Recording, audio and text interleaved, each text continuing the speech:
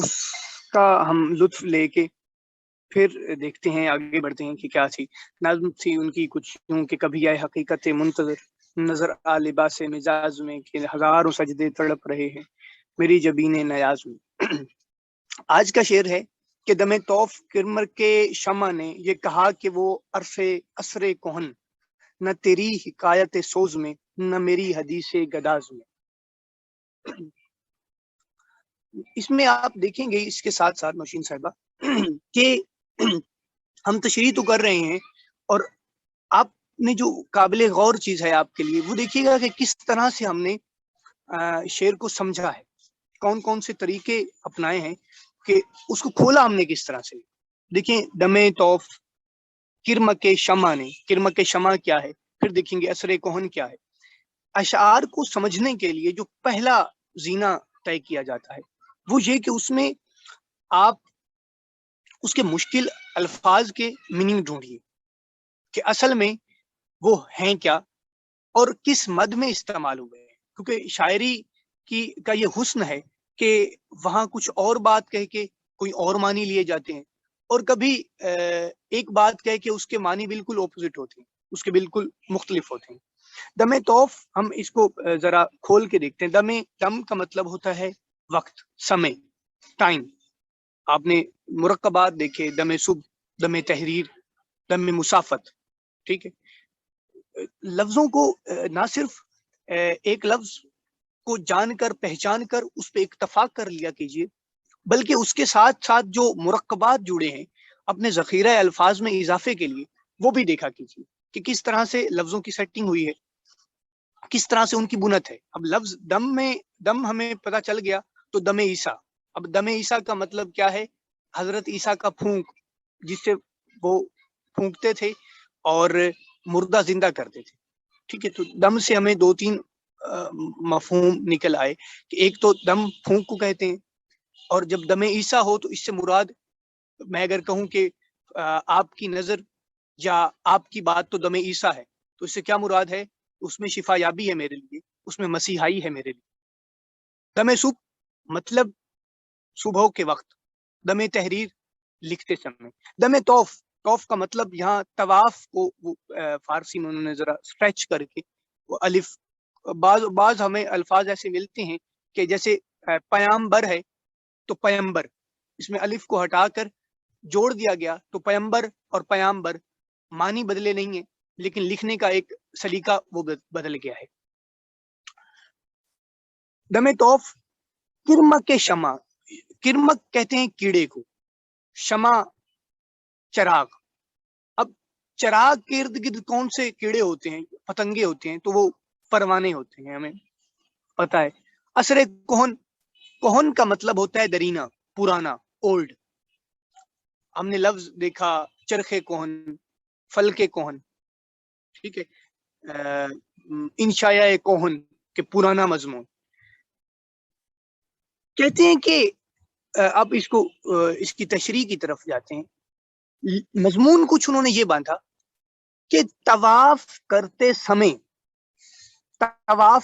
سمے کرمک شمع۔ اب شاعر اپنے آپ کو کہہ رہا ہے کہ طواف کرتے ہوئے کرمک شمع، یعنی کہ میں نے ہی، میرے دل نے اندر سے یہ کہا کہ وہ عصر کہن، وہ جو پرانا اثر تھا، وہ جو کبھی عروج ہوا کرتا تھا امت مسلمہ پہ، وہ نہیں رہا۔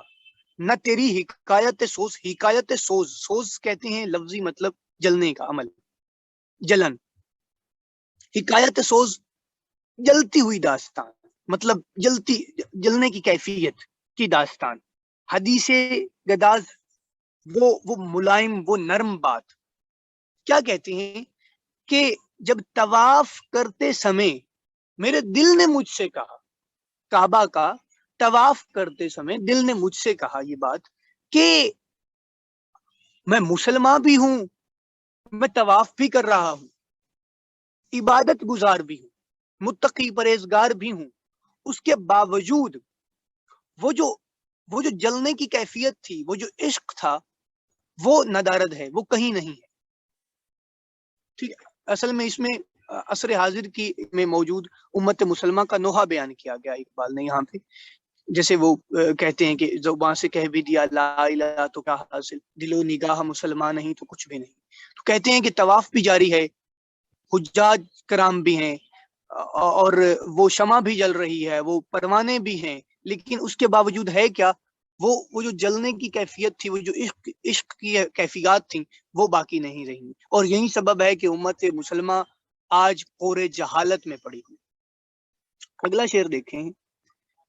ترب آشنائے خروش ہو بلکہ نہیں. یہ نوشین صاحبہ آپ شعر پڑھیے. جی آپ پڑھ سکتے، سنی جا سکتی. ترب آشنائے خروش مطلب تر آشنائے خروش کے جو عشق کا جذبہ ہے اس سے ہم واقف ہوں، عشق کے جذبے کی خوشی سے واقف ہوں، عشق کے جذبے کی جو فیلنگز ہیں ان کو ہم فیل کر سکتے. دوسرے لفظوں میں یہ کہا جا رہا ہے ترب آشنائے خروش کو، کہ جو وہ جذبات کی فیلنگ ہے ان کو فیل کر سکے، کہ اس میں جو اس کی رانائی ہے، جو رنگ ہے عشق کا، اس کو محسوس کر سکتے ہیں. اس کے ساتھ ساتھ نوا کس قسم کی ہو، وہ محرم گوش ہو، وہ بھی سننے کے قابل ہو، سنی جا سکتی ہو، سن رہے ہوں ہم اسے. ٹھیک ہے.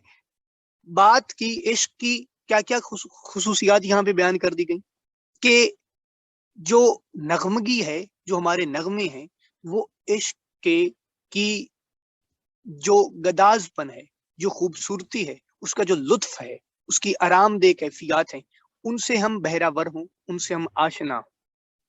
ٹھیک ہے. اور جو ہمارے نغمات ہیں وہ صرف آشنا نہیں ہوں بلکہ سنے بھی جا سکتے ہیں، کہے بھی جا سکتے ہیں. لیکن اگلی بات وہ لکھتے ہیں کہ وہ سرود کیا کہ چھپا ہوا وہ سکوت پردہ ساز میں. سکوت مطلب سائلنس، خاموشی. پردہ ساز، اس کو ساز ہی کہیں گے، ورنہ موسیقی کا جو لے کاری ہے اسے پردہ ساز کہتے ہیں، لیکن آپ ساز ہی کہہ دیں. کہتے ہیں کہ ہم ترب آشنائے خروش بھی ہیں. میں اس کو اگر بغیر کسی اور آپ کو الجھانے کے میں سیدھی بات کہتا ہوں کہ ہمیں ہمارے اندر، ہمارے سینوں میں جلوہ قرآن بھی ہے، معرفت یزدان بھی ہے، پیمبروں کی محبت بھی ہے، اسلام کی روشنی بھی ہے، ہمارے اذہان میں دین مبین کی وہ معرفت بھی ہے. اور اس کے بعد ہم اس کو پہنچا بھی سکتے ہیں. اس کی معرفت سے، خدائے جن و انس کی معرفت سے ہم لطف اندوز بھی ہو سکتے ہیں. لیکن اس کے باوجود مسئلہ کیا ہے، وجہ کیا ہے؟ وہ سرود کیا کہ چھپا ہوا ہو سکوت پردہ ساز میں. مگر کہتے ہیں کہ وہ نغمگی کیا، وہ لطف کیا، وہ نغمہ کیا، وہ گیت کیا، جو ان تمام تر خسائل کے باوجود، یعنی اس میں لطف بھی ہو، اس میں خوشی بھی ہو، اسے سنا بھی جا سکے، اس سے حظ و نشاط کی کیفیات بھی سمیٹی جا سکے، اور اسے انجوائے بھی کیا جا سکے. مگر مسئلہ کیا ہو کہ وہ چھپا ہوا ہو پردہ ساز میں. اب آپ مجھے نوشین صاحبہ بتائیں کہ ایک بہت اچھا گانا ہو، بہت اچھی موسیقی ہو، جو کہی جائے تو ایک سحر طاری کرتے، لیکن کیا اس موسیقی کا، اس گانے کا، اس نغمے کا کوئی فائدہ ہوگا اگر وہ بجایا ہی نہ جائے، وہ بیان ہی نہ کیا جائے؟ کیا خیال ہے، کوئی فائدہ ہوگا اس کا؟ یعنی آپ یوں دیکھیں کہ میرے پاس کچھ کوئی دولت ہو، سرمایہ ہو، مختلف قسم کا، علم کا، مالی طور پہ، زمینی طور پہ سرمایہ ہو مختلف قسم کا، لیکن میں خود، میرے گھر والے بھوک سے مر رہے ہوں، یا میرے ارد گرد کے لوگ وہ بھوکے ہوں، ان کے پاس رہنے کا ٹھکانہ نہ ہو، سر ڈھانپنے کے لیے چھت نہ ہو، ٹھیک ہے، کھانے کے لیے 2 وقت کی روٹی نہ ہو، تو کیا میری اس دولت کا، میرے اس سرمایہ کا فائدہ ہے؟ نہیں ہے. تو کہتے ہیں کہ جو طرب ہے وہ آشنائے خروش بھی ہے. ٹھیک ہے. اس کی جو لےکاری ہے، اس کی جو نغمگی ہے، وہ محرم گوش بھی ہے. محرم گوش یعنی کہ سننے، گوش کہتے ہیں کان کو، یعنی کانوں سے واقف بھی ہے، ہم اسے سن بھی سکتے ہیں، لیکن اس کے باوجود کیا ہے کہ چھپا ہوا ہے. کہنے کا مطلب یہ ہے کہ اے مسلمان، تمہارے سینوں میں قرآن جیسی طرب آشنا اور تلاوت قرآن کلام حمید جیسی نغمگی وہ تمہارے کانوں میں محفوظ ہے. پیام سرور کونین تمہارے گوشوں میں بس رہا ہے. لیکن کیا یہ کافی ہے اے امت مسلمہ؟ کیا یہ کافی ہے تمہارے لیے کہ تم یہ سب چیزیں، یہ معرفت کی چیزیں سمیٹ کے بیٹھ جاؤ، لیکن تمہیں پتہ نہ ہو، تم آشنا نہ ہو کہ ہم نے ان چیزوں کو یوٹیلائز کیسے کرنا ہے، کس طرح سے اس کی معرفت دوسروں تک پہنچانی ہے، اور کس طرح سے عروج پانا ہے اس دنیا میں. ٹھیک ہے. اب ایک مسلمان ہے، اسے معرفت خدا بھی ہے، لیکن اس کے باوجود وہ گناہ پہ گناہ کرتا چلا جاتا ہے. تو کیا اس کا لا الہ الا اللہ کہہ دینا کافی ہے؟ اس سے کسی کی بیٹی محفوظ نہیں، اس سے کسی کی جاگیر محفوظ نہیں. تو کیا اس کی وہ تلاوتیں، وہ اذانیں، وہ نمازیں، وہ حجیں، وہ زکاتیں، وہ کیا اس کے لیے سود مند ہے؟ نہیں ہے. تو یہی وہ کہتے ہیں کہ نغمات میں تو وہ سب کچھ ہے جو ہونا چاہیے، نغمات میں تمام تر خصوصیات ہیں، لیکن مسئلہ کیا ہے؟ مسئلہ یہ ہوا کہ وہ سکوت کے، خاموشی کے پردوں میں چھپا ہوا ہے، وہ نہا ہے، وہ بے معنی ہے. وہ تمام تر تمہاری معرفت، تمہارے نیک اعمال، وہ جو تم نے تمام تر اسلام سے تہذیب کا سبق سیکھا، وہ سب کا سب بے معنی ہے جب تک تم اسے بروئے کار لا کر خود عروج نہ پا سکو، خود ترقی نہ کر سکو، خود فائز المرام نہ ہو سکو. آج ہمارے پاس کیا کچھ نہیں ہے. ہم کہنے کے لیے ہمارے پاس اجداد کی میراث ہے، ہمارے پاس تہذیب ہے، ہمارے پاس اپنی زبان ہے، لیکن اس کے ان تمام تر عناصر کے باوصف ہم جہالت کے کور میں جی رہے ہیں. ہمارے پاس کہنے کو تو اپنی زبان ہے، لیکن کوئی زبان نہیں ہے. ہمارے پاس کہنے کو تو اپنی تہذیب، اپنے تمدن ہیں، مذاہب ہیں، عقائد ہیں، لیکن دوسری طرف کیا ہم اگر حقائق کی نظر سے دیکھیں تو کیا ہمارے پاس اپنے عقائد ہیں؟ کیا ہمارے پاس اپنی زبان ہے؟ کیا ہماری زندگی ہمارے ان عقائد کے ساتھ الائنڈ ہے؟ تو جواب ملتا ہے نہیں. تو یہی وہ بات کہتے ہیں، وہ سرود کیا، پھر وہ نغمے کیا، وہ تمہاری محبتیں کیا، وہ سرود کیا کہ چھپا ہوا ہو سکوت پردہ ساز میں. جو پردہ ساز میں چھپا ہے، پھر اس کا کیا فائدہ؟ خیر، اس پہ تو تمام شب بولا جا سکتا ہے. چیزیں لیکن رنگ مل جاتا ہے. آپ کہہ رہے ہوں کہ دنیا بڑی خراب ہے، تو آپ کہیں کہ دیارے ہست و بود خرابیات میں مبتلا ہے یا خرابیات کا شکار. تو دیکھیں، لفظ سینس وہ ایک ہی ہے، لیکن خوبصورتی بڑھ گئی، وہ رنگ بدل گئے. ٹھیک. تو اردو یہی سکھاتی کہ ایک پھول کا مضمون ہو تو 100 رنگ سے باندھو. نہ کہیں جہاں میں اما ملی، کہیں بھی اما نہیں ملی، کہیں پناہ نہیں ملی، زندگی کی دھوپ میں کہیں سایہ میسر نہیں آیا. پھر کیا ہوا؟ جو اما ملی تو کہاں ملی؟ مگر پھر شاعر کہتا ہے کہ نہیں، ایک جگہ تھی جہاں پہ مجھے اما ملی ہے. پہلے کہتا ہے کہ نہیں، کہیں بھی اما نہیں ملی ہے. پھر خیال آیا کہ نہیں، ایک جگہ ہے جہاں اما ملی. وہ کون سی جگہ ہے؟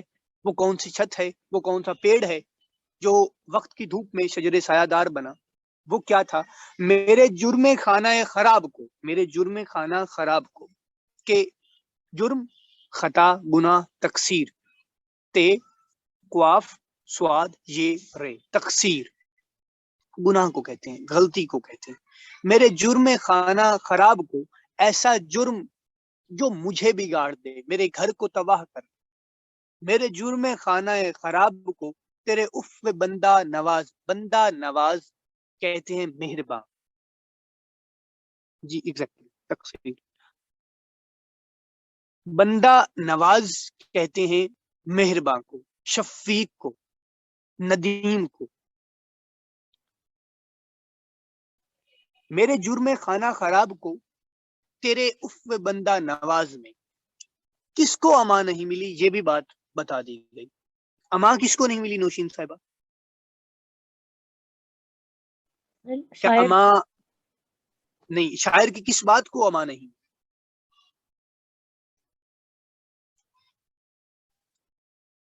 اس کے جو اللہ تعالیٰ کے لیے مطلب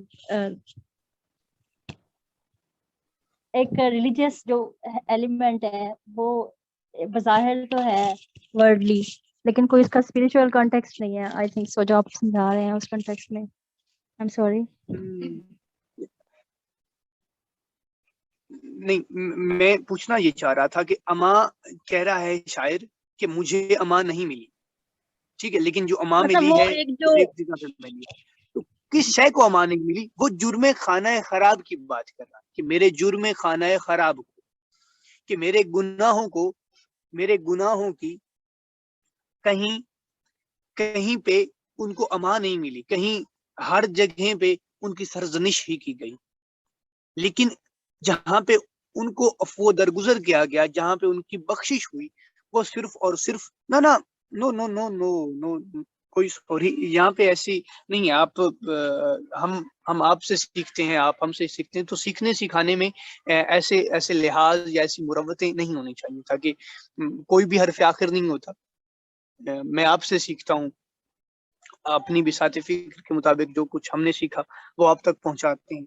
تو باہر طور کہ لکھتے ہیں کہ نہ کہیں جہاں میں اما ملی، جو اما ملی تو کہاں ملی، میرے جرم خانہ خراب کو تیرے اف کہتے ہیں درگزر کر جانا، چشم پوشی کرنا، ٹھیک ہے، اس کو خاطر میں نہ لانا، خاطر میں لا کے سمجھتے ہوئے جانتے ہوئے، جیسے ہمارے بڑے ہماری خطاؤں کو پہچانتے ہوئے جان لیتے ہیں کہ آج رضا نے کیا کیا، رات بھر رضا نے کیا کیا، یا آج دن کیا کرتا رہا ہے، لیکن اس کے باوجود وہ کہتے نہیں ہیں، وہ عفو درگزر کرتے ہیں، وہ معاف کر دیتے ہیں، ٹھیک ہے.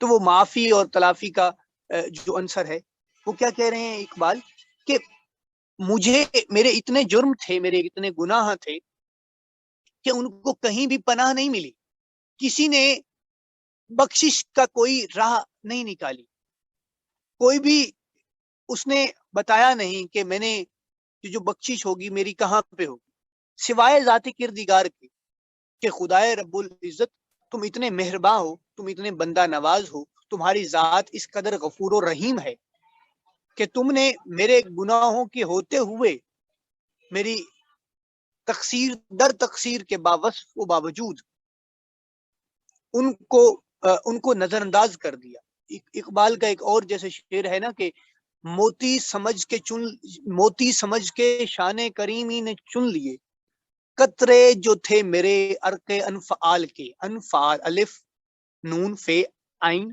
الف لام انفعال، قطرے جو تھے میرے عرق انفعال کے، مطلب کہ جو میری ندامت کے میرے گناہ کے ہوتے ہوئے، میری شرمندگی کے سبب جو میرے آنسو میری آنکھوں سے نکلے، تو سرور کونین خاتم النبیین رحمت العالمین نے ان کو موتی سمجھ کر اٹھا لیا، ان کو اتنی فضیلت دی، ان کی اتنی پذیرائی کی. جیسے وہ ہمارے ایک علامہ ہے شاید طارق جمیل، وہ کہتے ہیں نا کہ تیرا اللہ کیا کہتا ہے، تیرا اللہ کہتا ہے تو سارے گناہ کر کے آ، تو میں کیا کروں گا، میں تمہارا استقبال کروں گا. تو وہاں پہ بھی وہ ایک صوفیانہ رنگ باندھا گیا کہ خدا کہ وہ اتنا غفور الرحیم ہے کہ اتنے گناہوں کے باوجود زمانے میں کہیں اس کو جگہ نہیں، مجھے جگہ نہیں ملی ہے پناہ کے لیے، دھتکارا گیا. ہمارے ہاں ایسا ہوتا ہے نا کہ ہمارے جو لوگ تو ہوتے ہیں وہ قتل کرنے پہ آ جاتے ہیں، لیکن ذات کردگار خاموش رہتی ہے. تو میرے جرم خانہ خراب کو تیرے ہوئے بندہ نواز میں، کہ میرے تمام تر جرائم کو، میرے گناہوں کو کہیں بھی پناہ نہیں ملی، ان کی بخشش کہیں بھی نہیں ہوئی سوائے تمہاری ذات مقدس کے، سوائے اس در اقدس کے. جی امید ہے آپ سمجھ گئے ہوں گے اس